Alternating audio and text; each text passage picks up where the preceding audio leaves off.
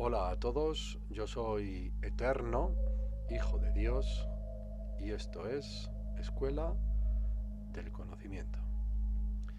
En este vídeo voy a explicar cómo funcionan las estrellas en la Tierra plana y también voy a explicar cómo las dos monturas existentes en la actualidad para la observación de los astros en el firmamento, la montura altazimutal y la montura ecuatorial, están perfectamente diseñadas y construidas para su funcionamiento en un modelo plano, para su funcionamiento en la Tierra plana. En la última parte del vídeo voy a explicar cómo funcionan en la Tierra plana las estrellas circumpolares o aquellas estrellas que se encuentran en digresión máxima en el hemisferio sur del modelo esférico. Pero antes de todo esto, como siempre, os voy a invitar a que estudiéis y que adquiráis primeramente y que estudiéis en profundidad los 4 volúmenes de Geometría Sagrada de la Gran Pirámide, porque en estos excelentes libros vais a encontrar el evolucionadísimo conocimiento de la antigua civilización egipcia, un conocimiento perdido en la noche de los tiempos. Así pues, amigos, sin más preámbulo, paso a dar comienzo a la explicación.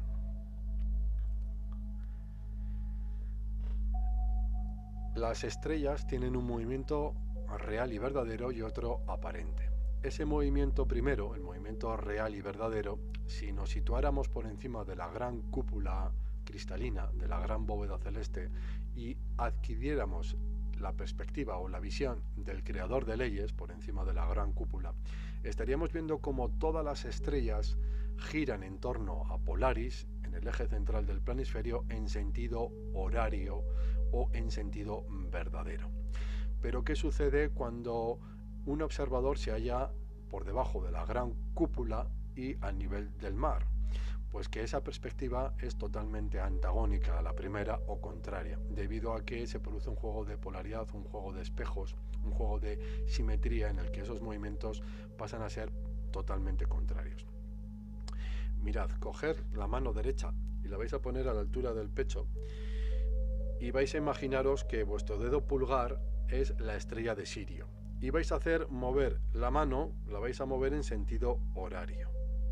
Como veis, ese movimiento en sentido horario os está dando la perspectiva del creador de leyes y estáis viendo cómo las estrellas giran verdaderamente en sentido horario. Ahora bien, si ahora levantáis la mano y la situáis por encima de vuestra cabeza y le dais el mismo movimiento horario, la estrella de Sirio y otras que pudieran estar en los otros dedos pasan a tener ahora un movimiento antihorario.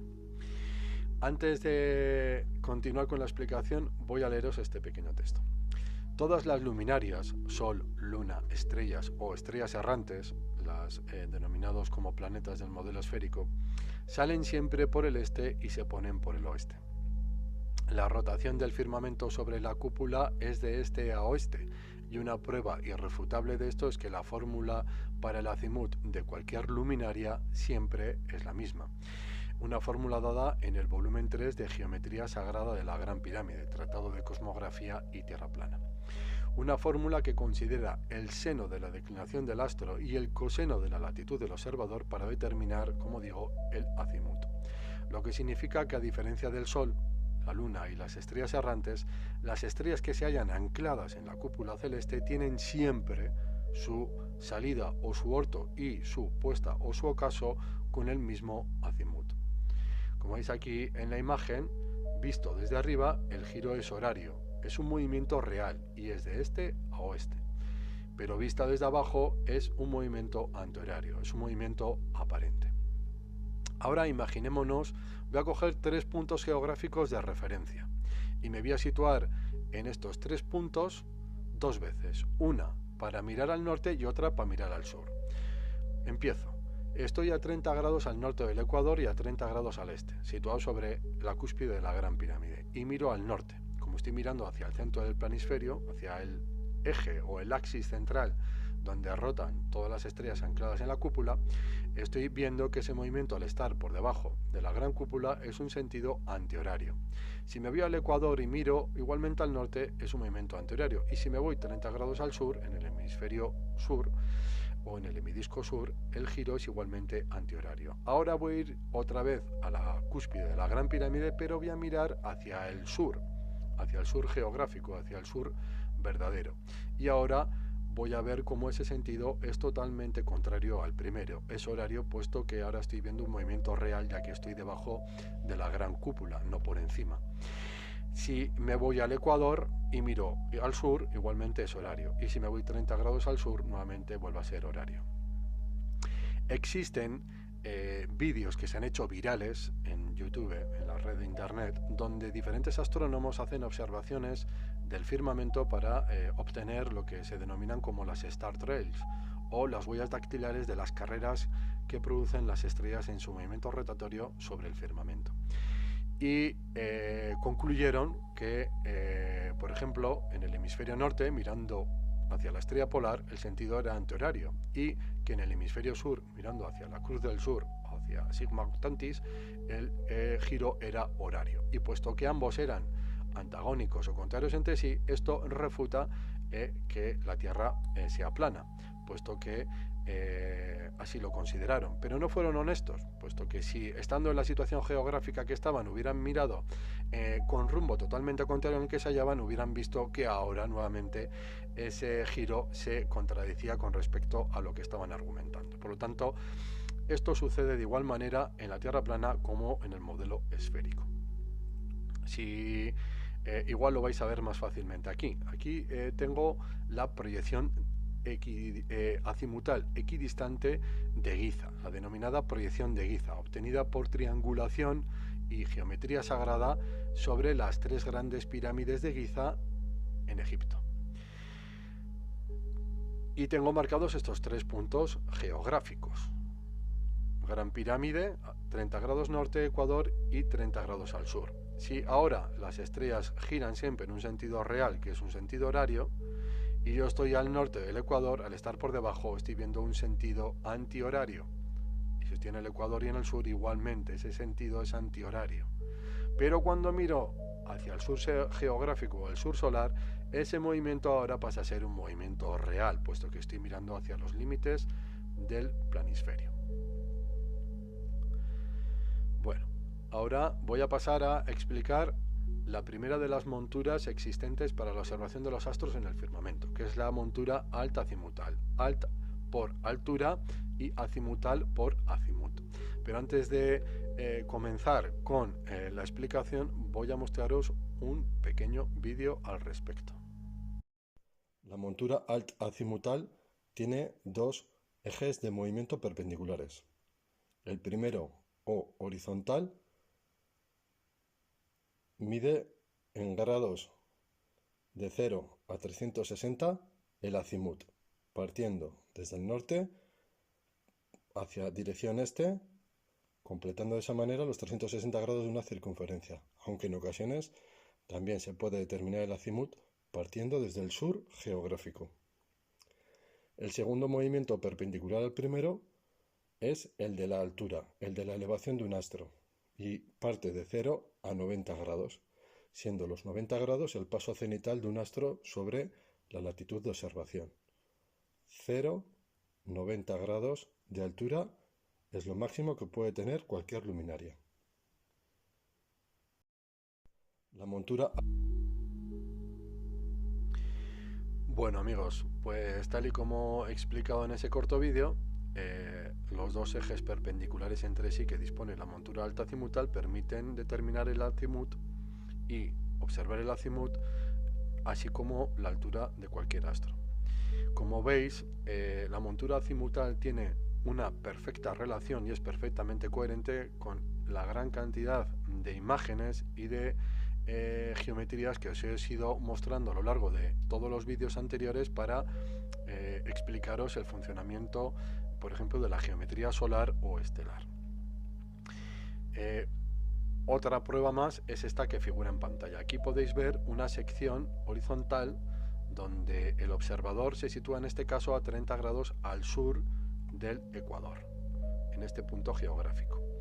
Y lo que vamos a hacer con la montura alt-azimutal es hacer una observación de la estrella Rigil Kentaurus, que es una estrella circumpolar del hemisferio sur, aunque en la Tierra plana deberíamos de denominarla, o yo la voy a denominar como estrella circunaustral, porque circunda, digamos, la parte más austral del planisferio. Pues considerando que la montura alta-azimutal tiene, como hemos visto, dos ejes de movimiento perpendiculares, el primero nos va a permitir tomar la altura necesaria para observar a partir de una superficie perfectamente horizontal, teniendo nuestro trípode y nuestra montura perfectamente nivelada, la altura de ese astro, que va a ser siempre entre 0 y 90 grados. En este caso, la altura cenital para esta estrella, cuando su azimut es igual a 180 grados, es de 59,09 grados, siendo 90 grados el paso cenital de una estrella que tiene la misma declinación que el lugar de observación, es decir, menos 30 grados. Si ahora tomamos el eje de azimut y partiendo desde el norte geográfico, a 145,85 grados se sitúa el punto de la salida o el orto de este astro, y a 214,15 grados al norte de geográfico se sitúa el punto de la puesta o el ocaso de Rigil Centaurus. Esto también lo podemos dar el azimut a partir del sur geográfico. Si ahora voy a Stellarium y me sitúo, aunque aquí pone Tierra San Sebastián de los Reyes, no le hagáis caso, porque tengo configurado Stellarium a una latitud norte de 30 grados y a una longitud este de 30 grados, es decir, que se sitúa exactamente sobre la cúspide de la Gran Pirámide. Si ahora me pongo mirando al norte, podéis ver que cada cuadrito de estos, que corresponde con 10 grados, y me encuentro con 9, 10, 20, 30, 40, 50, 60, 70, 80, 90, aquí arriba estaría una estrella cuya declinación es igual a mi latitud. Vamos a buscar, digamos que este sería la perpendicular o el punto más elevado sobre mi cabeza en mi domo particular. Si cojo esta estrella, por ejemplo, vemos que su declinación es de 29,97, es decir, 30 grados positivos, que es igualmente a la latitud de observación. Otra forma de ver gráficamente con la montura alta azimutal nuestro domo particular es, si vamos a configuración y le damos activamos la distorsión del espejo esférico, lo reduzco y aquí estamos viendo cómo la estrella que yo he señalado se sitúa, digamos, en el punto más elevado sobre mi cabeza de mi domo particular. Voy a quitar esto y voy a volver abajo, donde vamos a poder ver entonces desde 0, como digo, 90 grados la altura de cualquier astro, y desde 0 yo he marcado aquí en mi configuración los puntos cardinales y las marcas de brújula, de tal manera que tengo desde 0 grados norte girando hacia el este y dando la vuelta completa los 360 grados de la circunferencia para determinar el azimut. Bien, ahora voy a pasar a explicar la segunda montura, conocida como la montura ecuatorial, pero antes de ello voy a poneros, al igual que antes, un pequeño vídeo. La montura ecuatorial tiene igualmente dos ejes de movimiento perpendiculares. El primer movimiento es en esta dirección y permite determinar los 90 grados positivos de latitud norte o los 90 grados negativos de latitud sur si estuviéramos, por ejemplo, en el Ecuador. El siguiente eje es perpendicular al primero y tiene este movimiento circular y nos permite seguir un astro por el firmamento determinando su ascensión recta, que se mide en horas, minutos y segundos, aunque también se puede medir en grados decimales.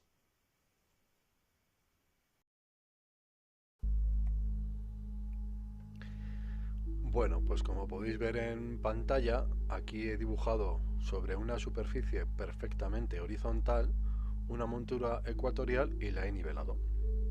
Y ahora podéis ver esos dos ejes de movimiento perpendiculares entre sí, que son el eje de ascensión recta y el eje de declinación. El eje de declinación es un eje que, una vez configurado o colocado en el ángulo de la estrella de observación no va a ser necesario tocar más.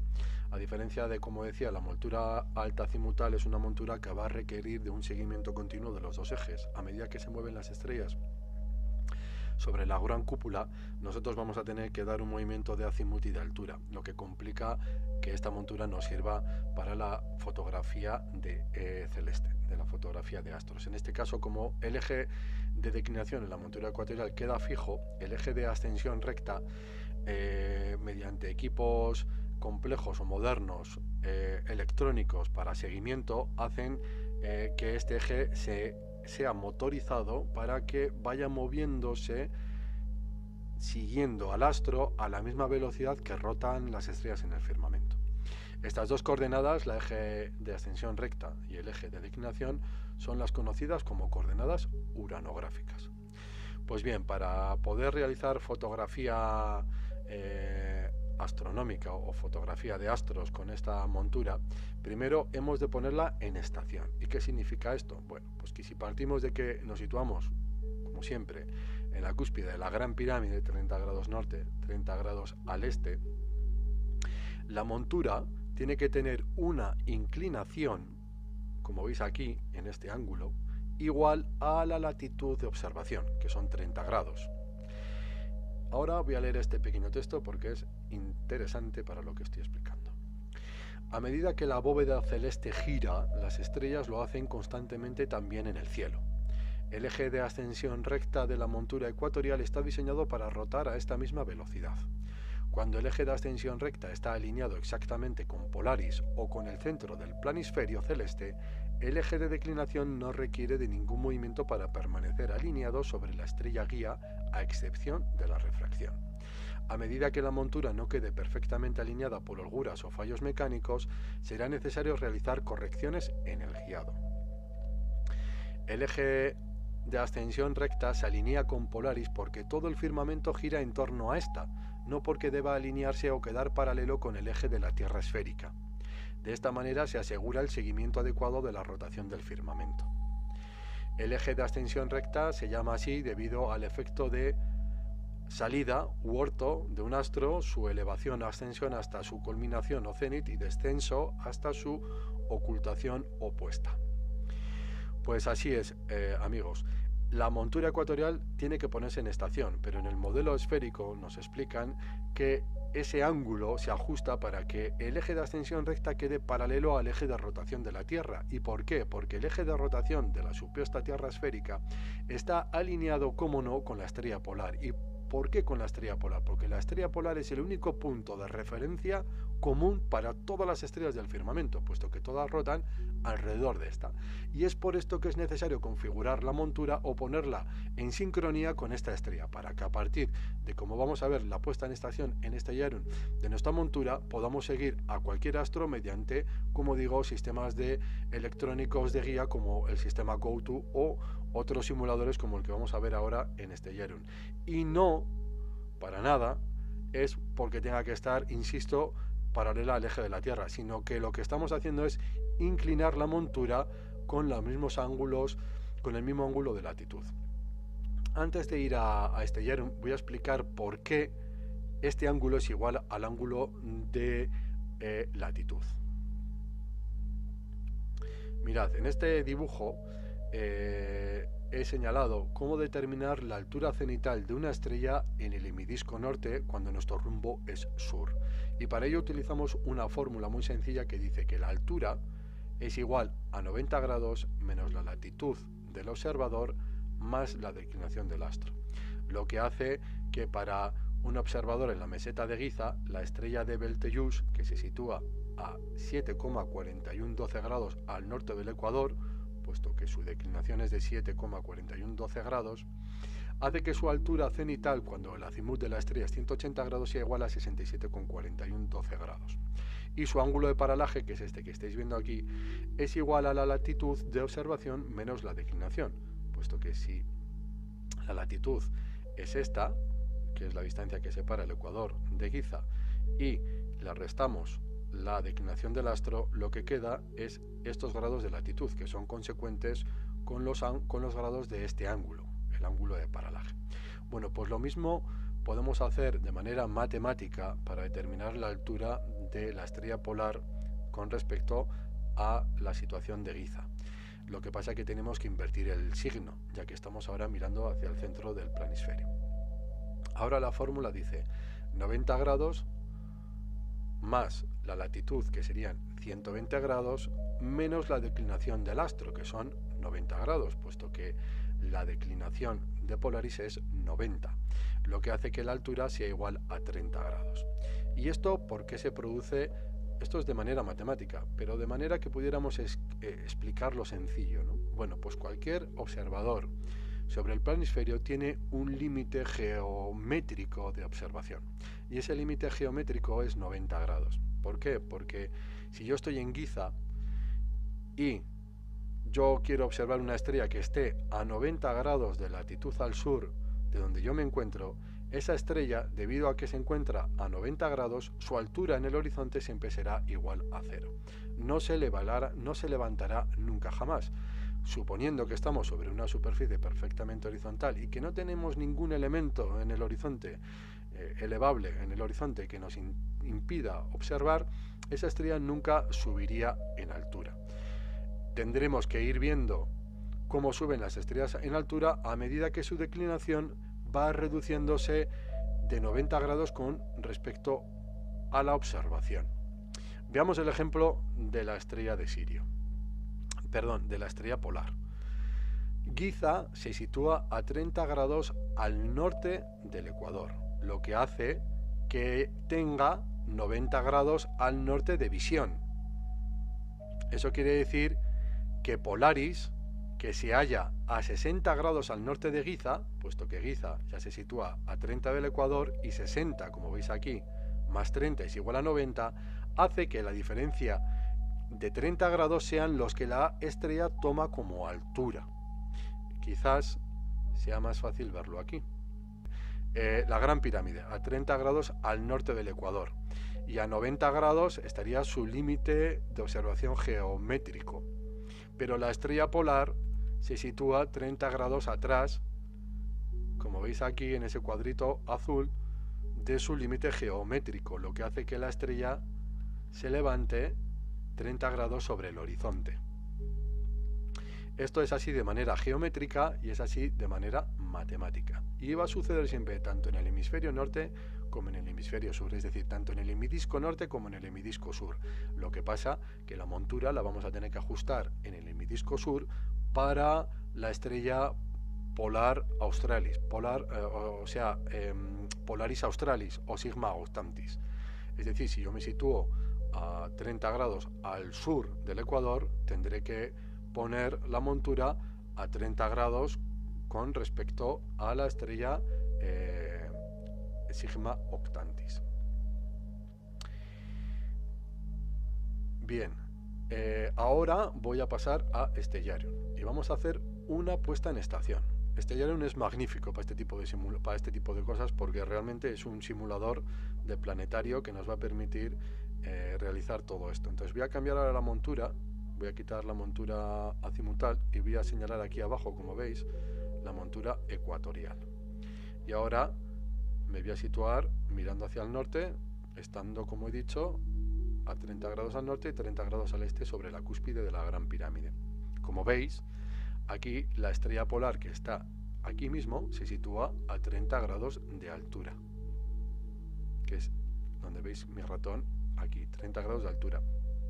Cada cuadro de estos, de línea a línea, son 10 grados, 10, 20 y 30. Ahora voy en el cuadro de búsqueda, voy a ir a posición y voy a poner la montura ecuatorial en estación. Y para eso voy a poner una extensión recta de 0 grados que tiene la estrella polar y una declinación de más 90 que tiene la estrella polar. Cambio el signo y ahora aparece un nuevo icono que veis en pantalla, que es este simbolito que parece como una mira, como una cruz, y que se ha situado casi en el centro, digamos, del planisferio, ¿no? Bueno, pues esto es la puesta en estación. Tengo que repetir porque al mover la pantalla se va de la estación. Bueno, ahora 90. Bien, ahora supongamos que nosotros queremos observar la estrella de Sirio. Bueno, para que veáis un poco los movimientos de los dos ejes, el de declinación, si yo voy bajando 10 grados, se va a situar sobre el anillo que se sitúa a 10 grados al sur de la estrella polar, es decir, en este anillo. Y ahí se va a quedar fijo. Si ahora buscamos una estrella que se sitúe en cualquier punto de entre estos 0, partiendo desde la mira 360 grados, tendremos las coordenadas de la estrella que queramos observar. Y esto sucede igualmente en cualquier punto del planisferio, porque tenemos la coordenada X y la coordenada Y. Ahora voy a ir a la declinación de Sirio, que si mal no recuerdo es 1671 negativos.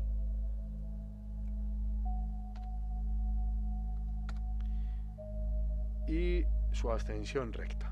Bien, antes de configurar la ascensión recta voy a explicar qué es la ascensión recta en términos de geometría. Bien, y para ello voy a leer un texto primero y luego paso a mostraros el disco calendárico del tiempo circular, sincrónico y perpetuo del Antiguo Egipto. Pero voy con este texto. Importante, este disco y muchos otros, así como todo lo relacionado con estos conceptos que acabo de nombrar, se encuentran en el volumen 4 de Geometría Sagrada de la Gran Pirámide.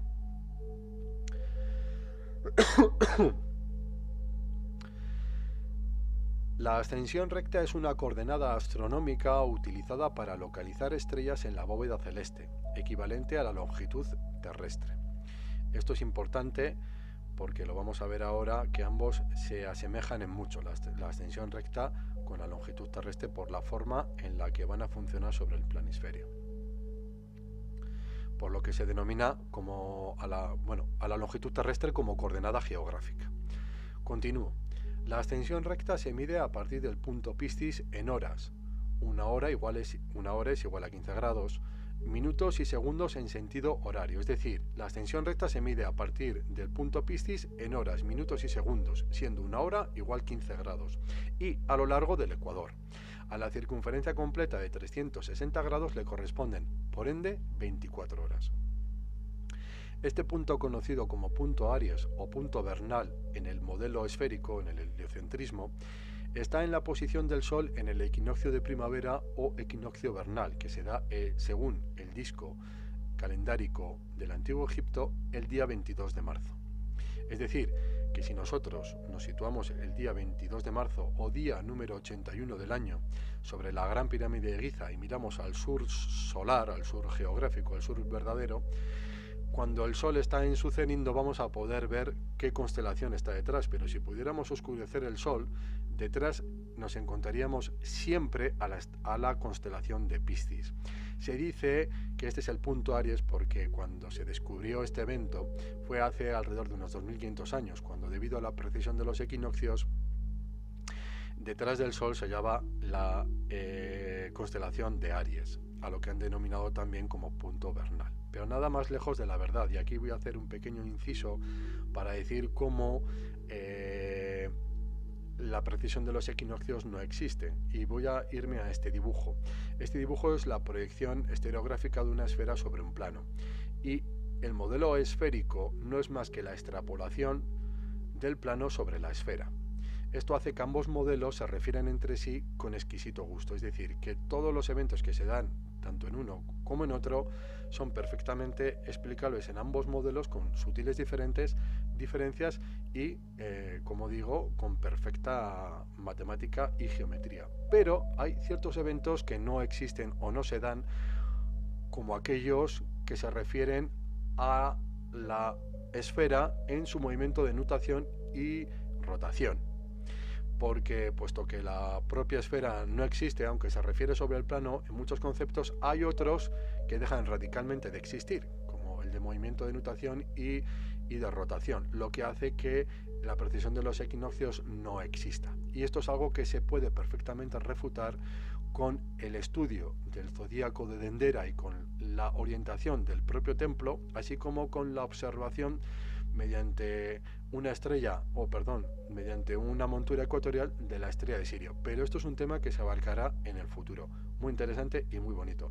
Por lo tanto, todos los eventos, como vemos, que se dan en un modelo, se dan en otro. Pero hay eventos que no se dan porque no existen.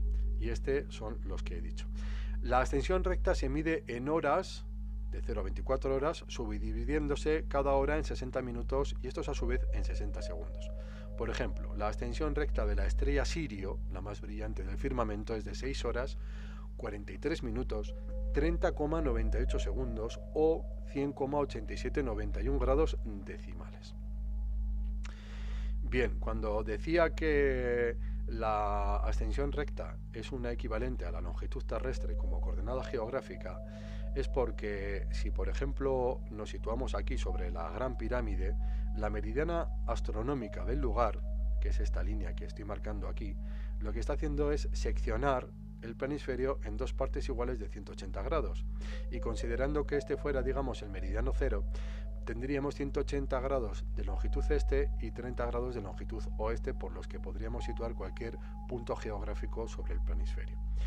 Pues bien, la ascensión recta funciona de la misma manera, solo que si la meridiana astronómica de este lugar señala el día 1 de enero, el calendario circular y perpetuo sincrónico del Antiguo Egipto se basa en un modelo de 364 días, que es un modelo que se presenta en el volumen 4 de Geometría Sagrada de la Gran Pirámide. Pues bien, a 81 días al este del 1 de enero se sitúa el día 81 del año o el día 22 de marzo, día en el que por la intersección de esta recta con el gran círculo del Ecuador se da un punto a partir del cual vamos a medir la ascensión recta de cualquier astro. En este caso, si yo hago un arco de circunferencia de 100,8791 grados, que son los 6 horas 43 minutos 30 segundos pasados a decimal,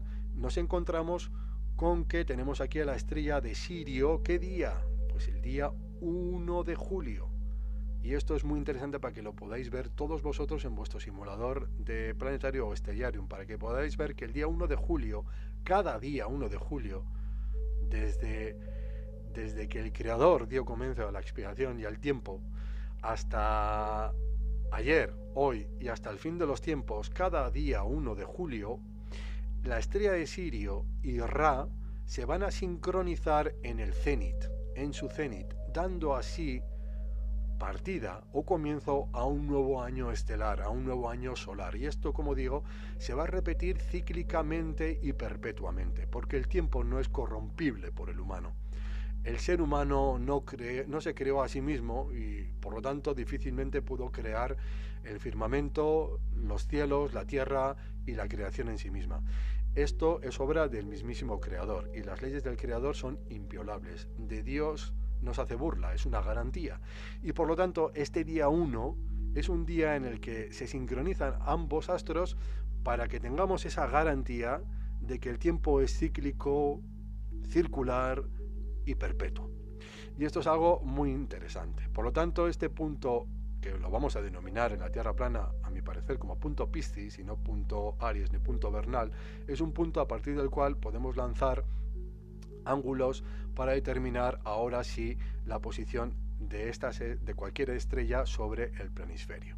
Porque como ya he dicho y como vamos a ver ahora, es muy interesante saber que las estrellas rotan por encima de la gran cúpula con una posición que es perfectamente referenciable con respecto a la declinación terrestre, por lo que digamos que giran en anillos concéntricos que parten a partir del centro del planisferio y que van teniendo unos grados de declinación, bien sean norte o sur.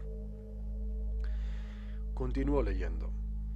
Punto Aries o punto Vernal en el heliocentrismo es el punto de la eclíptica a partir del cual el Sol pasa del hemisferio sur celeste al hemisferio norte celeste, lo que sucede en el equinoccio de marzo. Lo mismo sucede aquí, puesto que este es el Ecuador. Digamos que si el Sol está en el trópico de Capricornio y siempre gira de este a oeste, después de 91 días habrá alcanzado el gran círculo del Ecuador y inmediatamente el día siguiente, a lo largo de ese día, irá realizando el tránsito del Ecuador para 91 días después alcanzar el trópico de Cáncer, logrando así de esta manera el eh, solsticio de verano en el hemisferio sur. 91 días después el Sol cambió de rumbo una vez llegado al trópico de Cáncer para alcanzar nuevamente este mismo punto, que es el punto Piscis.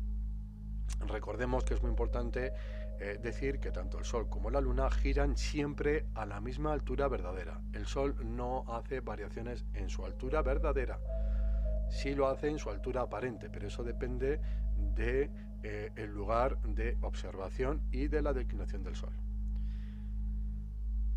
Bueno, pues el punto Aries o punto vernal no es real, de la misma manera en que la precesión de los equinoccios, por lo tanto, tampoco lo es. Pues ahora ya conocido qué es la ascensión recta, yo voy a colocar aquí en mi montura los 100,87 grados 100,87 grados decimales que tiene de ascensión recta la estrella de Sirio, que para el día y la hora que es ahora en la meseta de Giza no es observable porque se encuentra por debajo del firmamento. Entonces voy a quitar ahora el suelo y aquí tenéis la estrella de Sirio. Habría que ajustar más los decimales para que estuviera encima, aunque también puede haber una pequeña variación con respecto a la realidad y lo aparente, porque en este caso este Stellarium pasa a ser aparente y la realidad lo que sucede vivamente o verdaderamente en el firmamento. Le voy a dar al play ahora para que se mueva el cielo simulando mi montura GoTo para ver cómo va elevándose por encima del firmamento y vuelve a caer, y cómo mi montura está siguiendo a ese astro a lo largo de la observación para que yo pueda tomar fotografías. Lo voy a parar y me voy a ir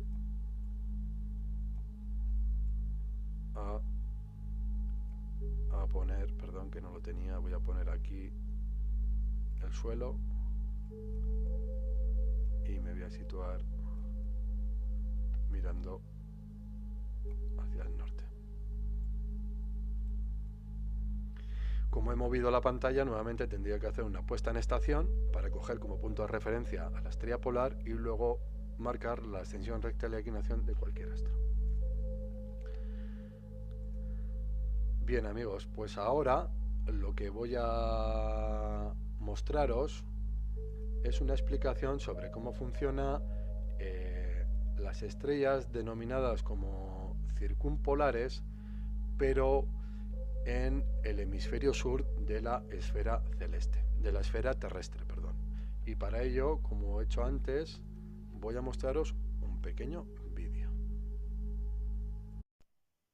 Ahora os voy a mostrar un experimento donde vamos a poder ver la reflexión geométrica que producen los anillos de crecimiento de este disco cortado del tronco de un árbol a modo de imitación de lo que serían las carreras que describen las estrellas sobre las aguas superiores o sobre el firmamento por encima de la gran cúpula.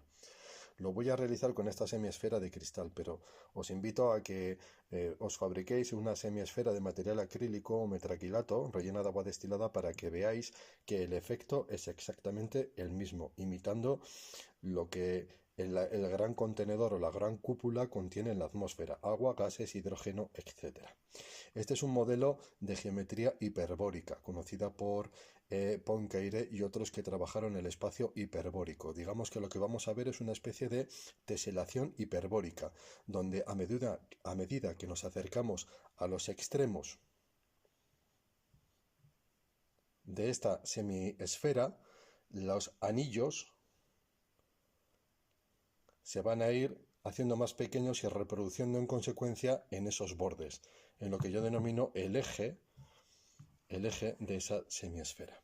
Le voy a dar ahora, aparto esta y le voy a dar la vuelta, puesto que el observador en la Tierra se sitúa sobre el plano.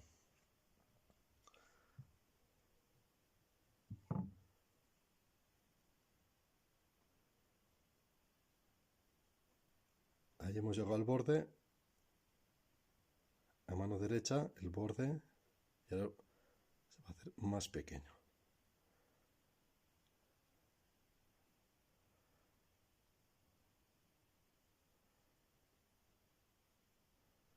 corteza en el borde, la vemos, cómo esa teselación hiperbórica hace que se reduzca en un solo anillo.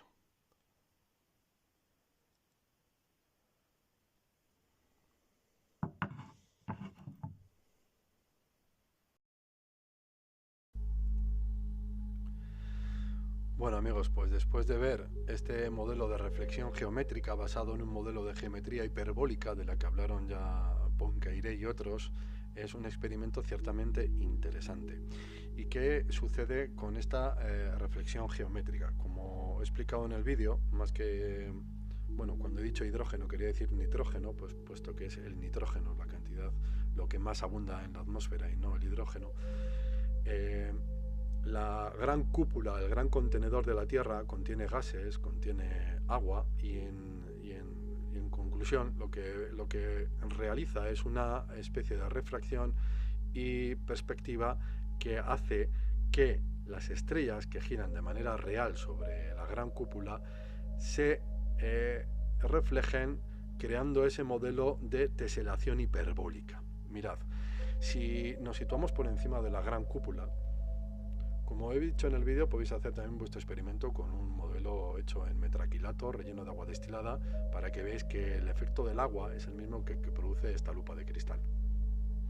Pues bien, si nos situáramos por encima de la gran cúpula, estaríamos viendo cómo las estrellas, en función de la posición que tienen, como he dicho antes, se sitúan en anillos concéntricos a partir del centro o el eje, el axis del centro del planisferio, donde está Polaris y donde rotan todas ellas. Todas estas estrellas se sitúan a diferentes alturas. Si hiciéramos cortes o rebanadas horizontales, podríamos ver cómo en cada rebanada se sitúan diferentes estrellas en función de su declinación y cómo todas ellas giran en esos anillos concéntricos.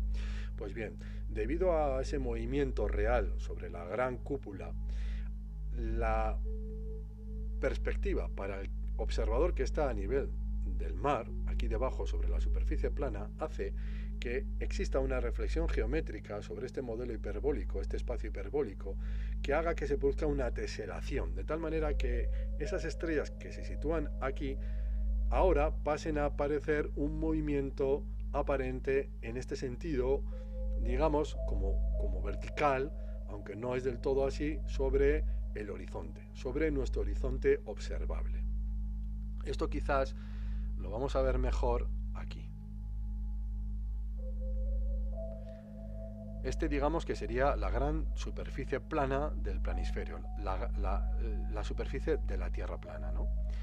Bien, aquí estamos viendo a Rigil Kentaurus señalado y a Rigil Kentaurus, pero por encima de la gran cúpula, digamos que aquí se mueven en anillos concéntricos las estrellas, pues Rigil Kentaurus tiene una declinación que es de 29,09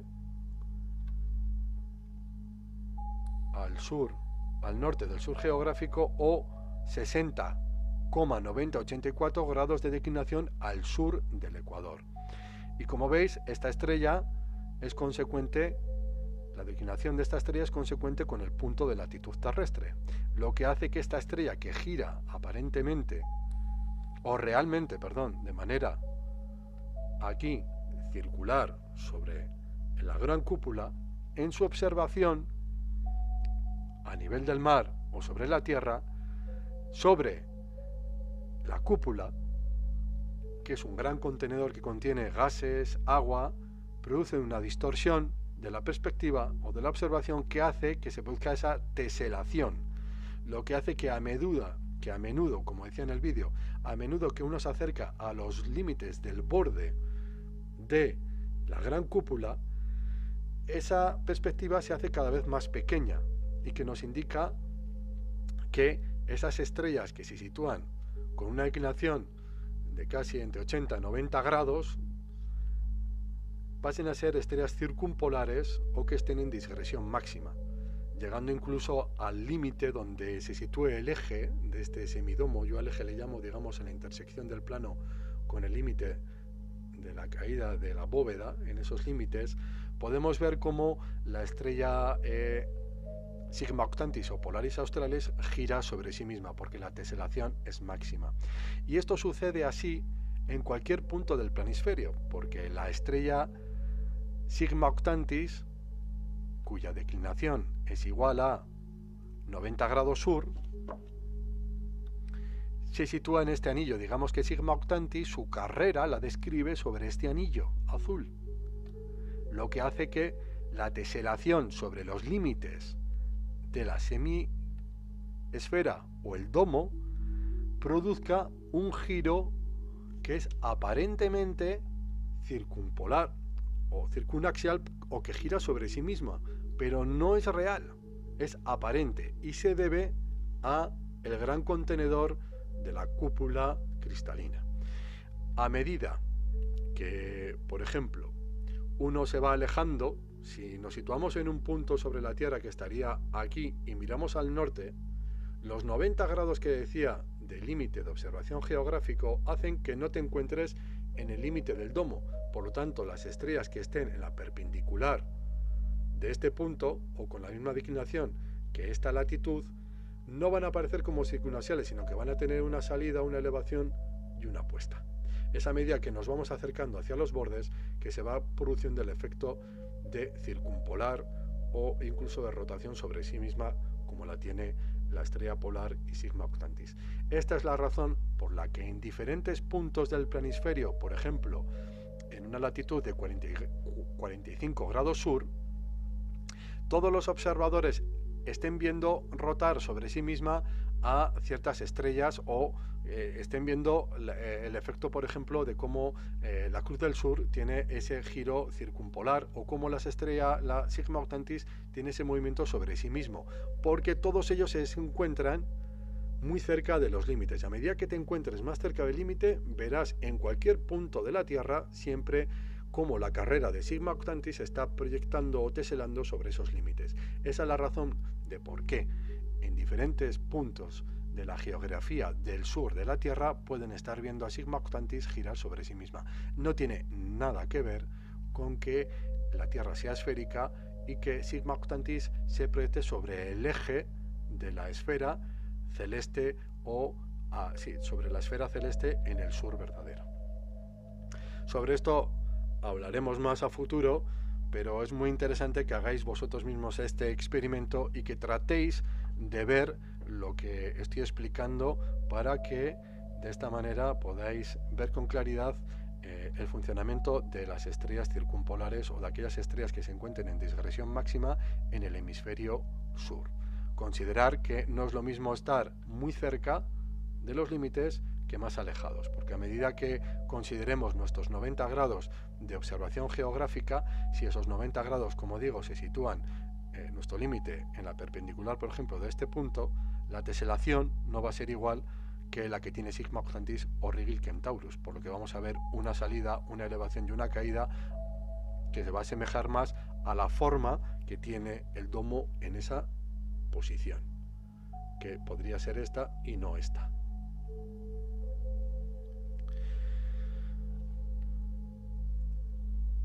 Bueno amigos, pues sin nada más que aportar en este vídeo, creo que ha sido suficiente la información y los datos que he aportado.